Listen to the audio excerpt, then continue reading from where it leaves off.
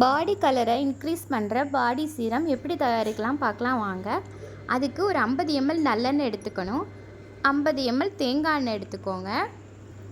நல்ல சுத்தமான தேங்காய் எண்ணெய் எடுத்துக்கோங்க. அதுக்கப்புறம் 50 ml ஆலிவ் எண்ணெய் எடுத்துக்கோங்க. அதுக்கப்புறம் அன்சால்ட்டட் பட்டர், அதாவது உப்பு இல்லாத வெண்ணெய் இருந்தால் எடுத்துக்கோங்க. 50 கிராம் எடுத்துக்கோங்க. இதை டபுள் பாய்லரில் வச்சு ஒரு 5 மினிட்ஸ் ஹீட் பண்ணிங்கன்னா போதும், நல்லா மெல்ட் ஆகிடும். இந்த அளவுக்கு வந்தோடனே நல்லா எடுத்துருங்க வெளியே, அவ்வளோதான். ரொம்ப ஹீட் பண்ண வேணாம், ஒரு 3 to 5 மினிட்ஸ் பண்ணாலே போதும்.